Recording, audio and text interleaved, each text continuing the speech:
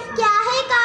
भौतिक सुखाच्या मागे लागलेला आजचा माणूस पैशाच्या जोरावर सर्व काय मिळू शकतं, पण एक गोष्ट मिळू शकत नाही, ती म्हणजे आई. आ म्हणजे आत्मा आणि ई म्हणजे ईश्वर. कवी साने गुरुजी यांच्या कवितेतील एक मनोरंजक होतं, स्वामी तिन्ही जगाचा आई विना भिकारी. स्वामी तिन्ही जगाचा आई विना भिकारी. आई म्हणजे नाव असतं, घरातल्या घरात एकच बसलेलं असतं.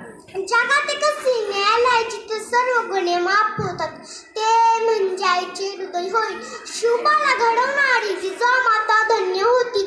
शुभाला लहानपणापासूनच स्वराज्याचे धडे दिले होते. म्हणून तर म्हणतात शिवरायांचे चरित्र घडवी माँ जिजाबाई, घडवी माँ जिजाबाई.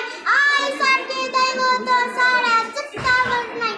आई म्हणजे दुधावरची साय असते, लेकराची माय असते, लेकराचं पाय असते. माझ्याप्रमाणे मातीच्या गळ्याला आकार देतो, त्याप्रमाणे माझ्या आईने मला घडविले. मांजराच्या पिल्लाला जशी दात टाकत नाही, तशी माझ्या आईने दाखवले. मी विसरून जाते, घाड हिंडते आकाशी, पण तिचे लक्षण हे मी पिल्लांकडे असते.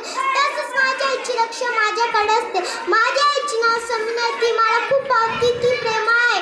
ती माझ्या पप्पा सोबत शेतात जाते आणि घरी आल्यावर माझा अभ्यास आणि भाषण पाठ घेते.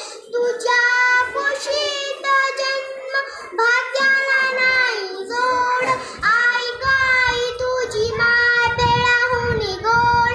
आई माझी मायेचा सागर, दिला तिने जीवन आधार. आई माझी मायेचा सागर, दिला तिने जीवन आधार. आई वडील माझी थोडं काय सांगू त्यांचे उपकार. आई वडील माझी थोडं काय सांगू त्यांचे उपकार. आई माझी मायेचा सागर, दिला तिने जीवन आधार. एवढे बोलून मी माझी भाषण संपली. जय हिंद, जय भारत. धन्यवाद.